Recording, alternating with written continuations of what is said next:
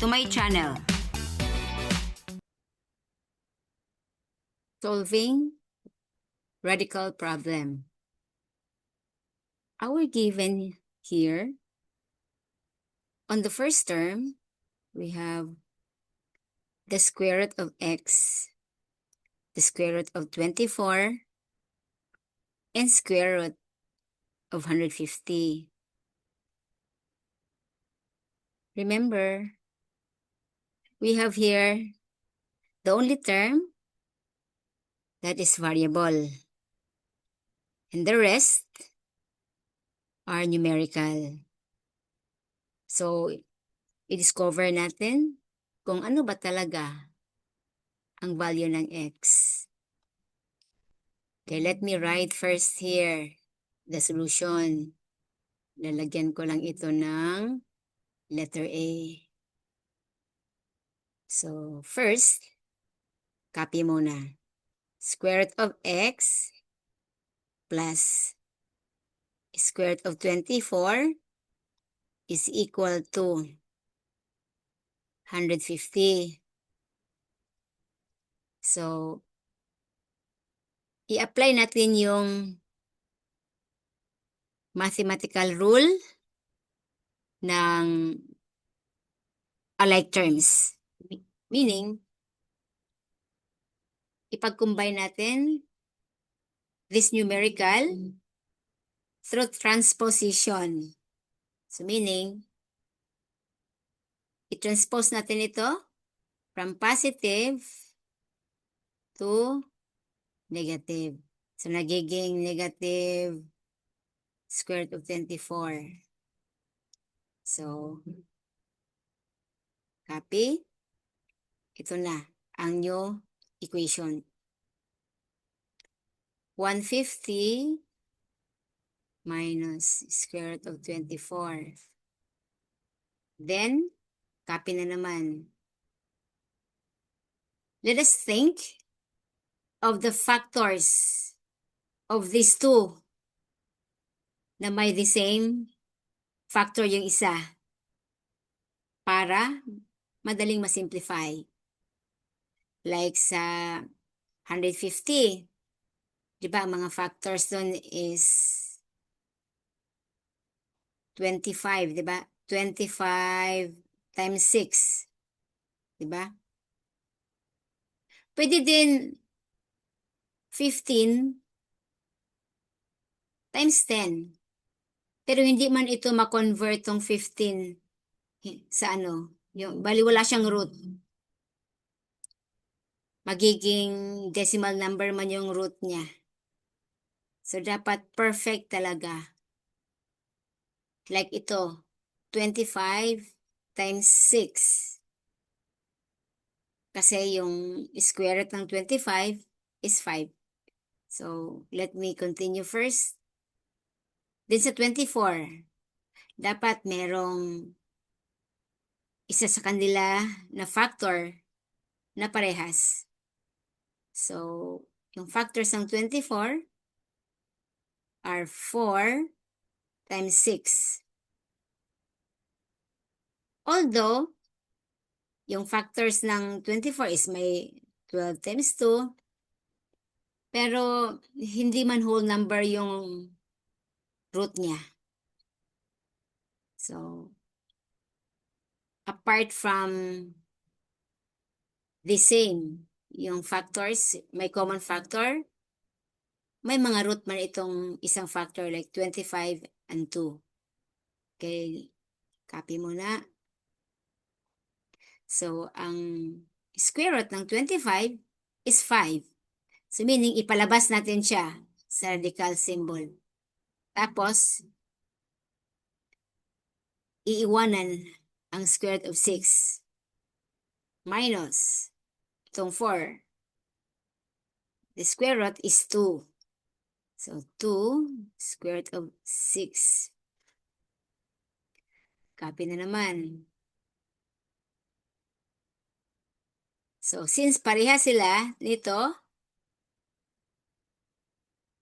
ano natin yan, ikakopy na lang into 1. So, ito muna ang isusulat natin. para ma-simplify agad. So, 5 minus 2, square root of 6. Okay. Copy na naman, square root of x. Sige, 5 minus 2 is 3. Then, square root of 6. So, letter A pa lang yan ha. Hindi pa tayo tapos. Hindi pa natin nakita yung value ng x. So, ngayon, let's proceed sa letter B. Change ko muna yung color. Gusto ko ng letter, color blue. So, i-copy natin to. So, copy, x is equal to 3 square root of 6. Okay, always remember, whether variables or numerical na nasa loob ng radical sign, like this one, o square root of x is the same as x raised to the power of 2. Oh, ito, yung radical form. Ito naman is exponential form. Pero exactly the same yan. Kaparehos lang sila. Tapos ito, 3 square root of, 6. So, ganyan lang yan. 3 times 6 raised to the power of 1/2. O, diba? Exponential form. Okay. Now, continue natin.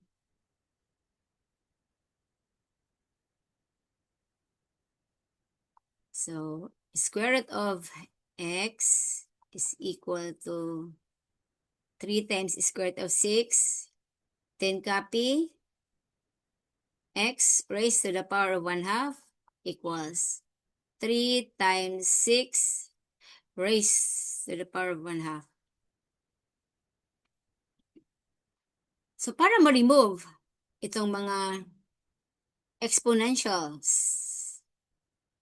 make sure na makancel yan through giving the factor 2. Why 2? Kasi pag ang 1/2, i-multiply mo yan by 2, mag-over 1 ka. So, 1 times 2 over 2. O, cancel. Kaya, i-distribute natin yan. 1/2. Okay. 3. Okay. Then 6.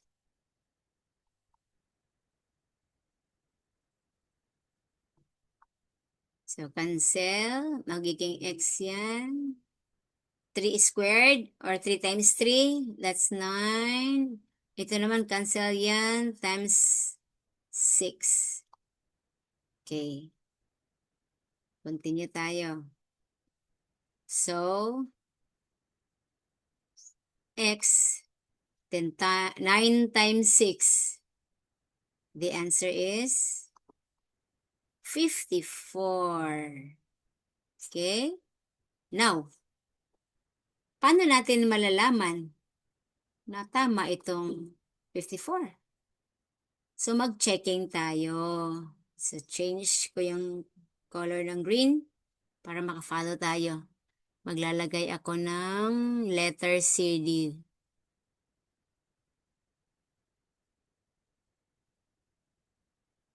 Now, let's go back to the original equation. Ito yan. So, i-copy ko ha. Square root of x plus square root of 24 is equal to the square root of 150. Sige. Copy yung radical sign. And this time, isulat na natin yung value ng, value. Hindi value. Value ng x. which is 54. Ilagay natin dito, 54. Then copy na naman, square root of 24. Then, ito. Now, sa tatlong terms na to, dapat sila lahat merong mga common factors para madali tayong makasimplify. So, ang factors ng 54 are 9 times 6 plus ito namang 24 is 4 times 6. Ito naman si 150 ay 25 times 6. Okay. Ilabas natin yung square root ng 9. So, 3 labas tapos i-copy na lang yung 6 plus. The square root of 4 is 2. Okay, ipalabas siya. I-copy ang 6. Ito naman. Ang square root ng 25 is 5. Palabas. Tapos i-copy ang 6. Okay. Now, before I end this, let us simplify. 3 plus 2. We have 5. Square root of 6 is equal to itself. O diba? Ibig sabihin, tama pala tayo na ang value ng x is 54.